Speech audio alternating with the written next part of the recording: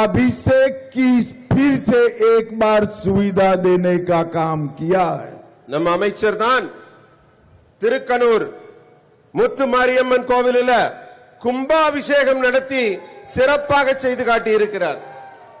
भाइयों बहनों, एक और हम एकजुट होकर चुनाव लड़ रहे हैं और दूसरी ओर इंडी अलायंस वाले अभी से सरकार तो बनी नहीं है, अभी से सत्ता के लिए लड़ने का काम कर रहे हैं।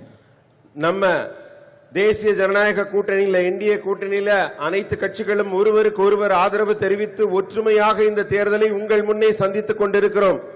ஆனா எதிர்த்தரப்பில் இருக்க இந்தி கூட்டணியில இப்பவே ஆட்சிக்காகவும் பதவிக்காகவும் ஒருவரோடு ஒருவர் சண்டை போட்டுக் கொண்டு அடித்துக் கொண்டிருக்கிறார்கள்। और आप देखिए वीसी के सीपीआई और सीपीआईएम पहले ही इंडी अलायंस छोड़ चुके हैं। சிபிஐயும் சரி சிபிஐஎம்மும் சரி அவங்க ரெண்டு பேரும் இப்பவே இந்தி கூட்டணியிலிருந்து தனித்து போய் போட்டியிடுறாங்க।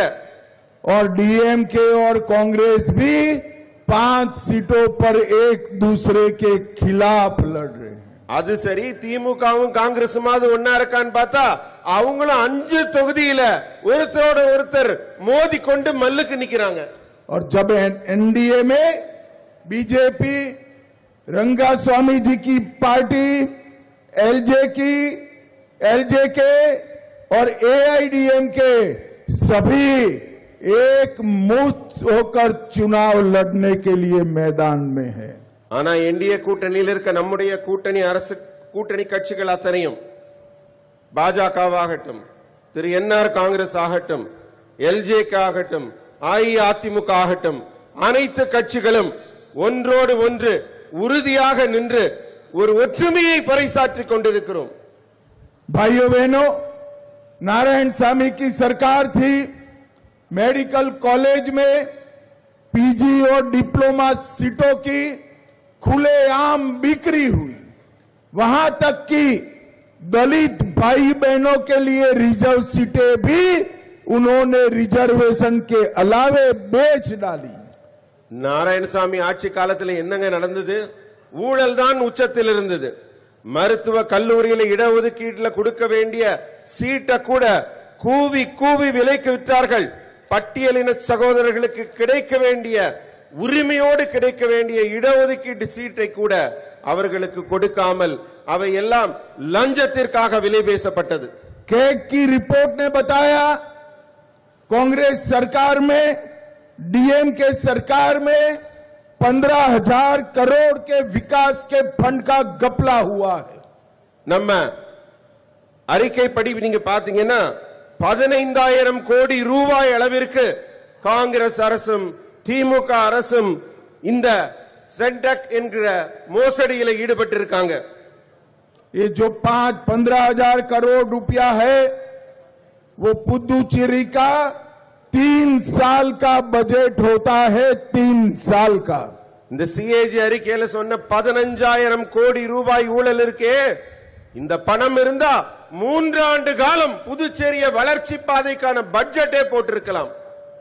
कांग्रेस डीएमके के शासन में बेरोजगारी 47% तक पहुंच गई थी।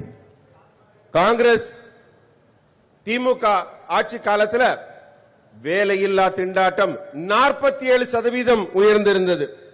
अब आज की डेट में एनडीए के शासन में 47% से कम होकर 4.3% पर लेकर आए हैं। நம்முடைய ஆட்சி காலத்துக்கு வந்தோன்னே இந்த வேலையில்லா திண்டாட்டம் ஒழிக்கப்பட வேண்டும், இளைஞர்களுக்கு வேலை கிடைக்க வேண்டும் என்று எடுத்த தொடர் முயற்சியால இந்த 47% குறைக்கப்பட்டு வெறும் 4.3% குறைக்கப்பட்டது। भाइयों बहनों, अभी 2 दिन पहले राहुल बाबा पुदुचेरी में आए थे। அன்பர்களே, 2 நாள் முன்னாடி ராகுல் காந்தி அவர்கள் புதுச்சேரிக்கு வந்திருந்தாங்க। उन्होंने यहां बताया कि गल्फ वॉर के कारण अमेरिका और ईरान के युद्ध के कारण भारत में पेट्रोल के दाम बढ़ गए। அவர் சொன்னாரு இந்த வளைகுடா நாட்டில் நடக்கும் போரின் காரணமாக இங்கே இருக்கிற பெட்ரோல் டீசல் இவற்றின் விலை எல்லாம் மிக மிக அதிகமாக விலையேறி கொண்டிருக்கிறது, அரிதிலும் அரிதாக கிடைக்காமல் போய்க் கொண்டிருக்கிறது என்று கூறி சென்றிருக்கிறார்। भाइयों बहनों, उनकी बात तो सही है।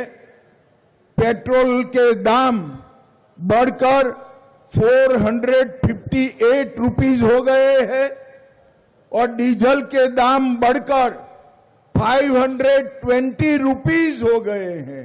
मगर राहुल बाबा, वो भारत में नहीं पाकिस्तान में हुए हैं, पाकिस्तान में हुए।